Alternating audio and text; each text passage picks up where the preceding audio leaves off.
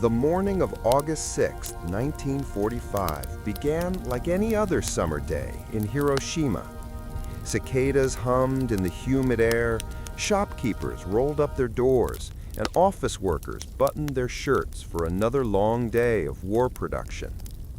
Among them was a 29-year-old naval engineer named Tsutomu Yamaguchi, walking briskly toward the Mitsubishi shipyard.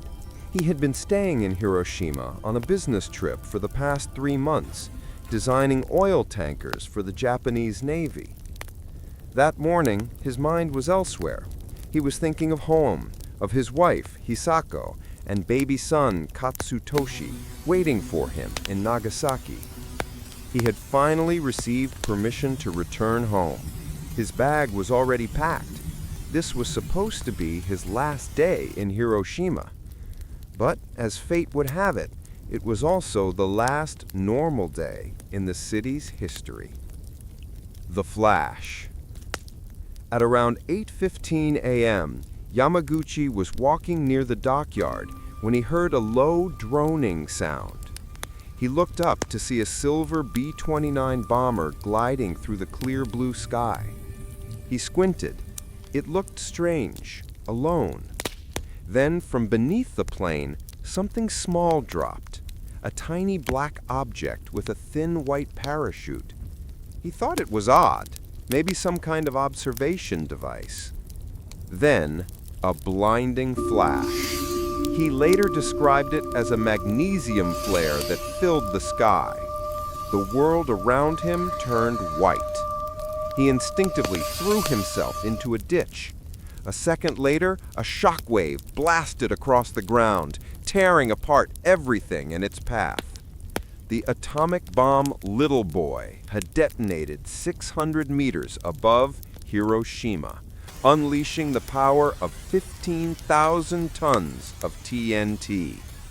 The blast blew Yamaguchi clear off his feet. The heat seared the left side of his body. His face and arms were badly burned. His eardrums burst, and he couldn't hear anything but a high ringing. When he finally opened his eyes, the shipyard was gone, replaced by fire and ruins. He was less than 3 kilometers from ground zero. Hell on earth. Dazed and bleeding, Yamaguchi stumbled through the ruins, searching for anyone alive. People walked like shadows, their clothes burned off, their skin hanging in strips from their bodies. He saw a woman clutching a baby that was no longer alive. The river beside the road boiled with bodies trying to escape the flames. Hiroshima, a city of 350,000, had become an inferno. Yamaguchi eventually made it to an air raid shelter where he found 2 of his co-workers, both injured but alive. That night, the city burned while survivors screamed for water and mercy. Yamaguchi could barely move his left arm, and his burns were unbearable, but he was alive. The next morning, August 7th, he somehow found his way to the railway station, or what was left of it. Amazingly, the Japanese government had restored partial train service out of the city by evening. He boarded a packed carriage filled with the burned and dying, all desperate to escape the nightmare. By nightfall, Tsutomu Yamaguchi was back home in Nagasaki. A second son. When he arrived home, his wife gasped in horror at his burns.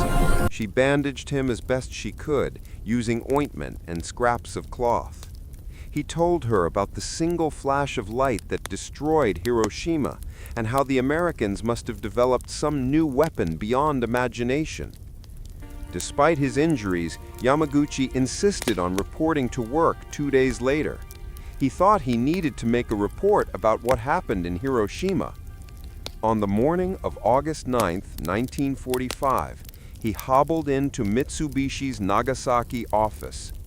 His co-workers listened in disbelief as he described the bomb as a single explosion that wiped out an entire city. The office manager shook his head. He said, "Impossible. One bomb can't do that." At that exact moment, 11:02 a.m., the room filled with a blinding white light. Yamaguchi screamed, "Get down! It's coming again!"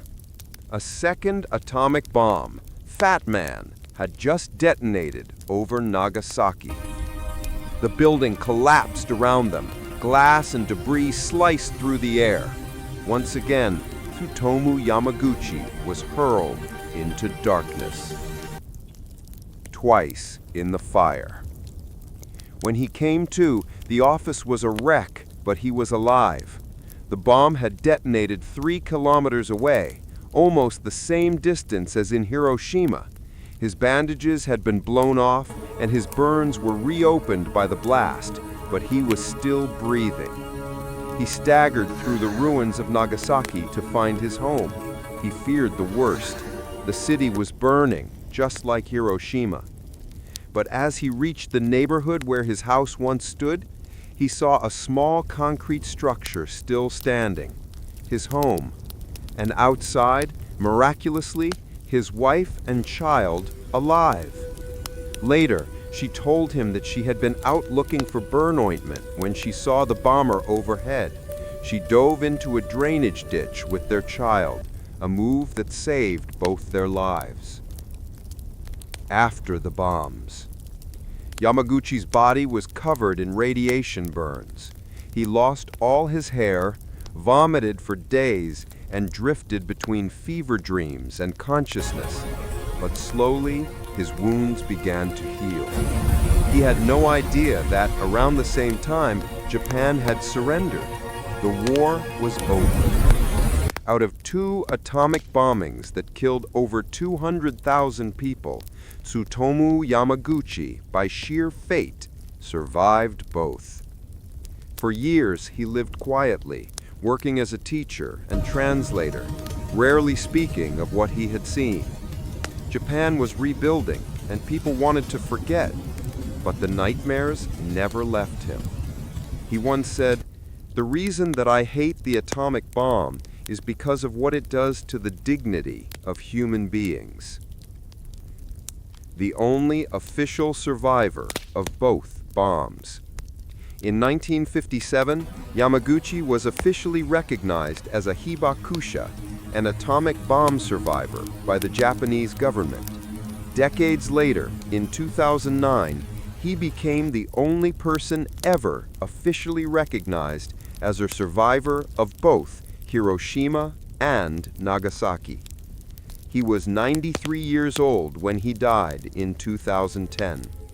When journalists asked him in his final years how he managed to endure such horror twice, he smiled and said, "Having been granted 2 chances at life, I feel I must speak for peace." Legacy. Tsutomu Yamaguchi's story is not one of luck, it's one of unimaginable endurance.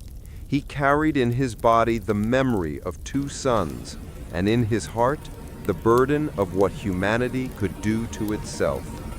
He lost his friends, his city, his health, but he never lost his will to live or his faith in peace. Today, his story stands as a living testament to survival, to resilience, and to the quiet strength of one man who walked through nuclear hell twice. Because sometimes, history is not written by the victors, it's remembered by the survivors.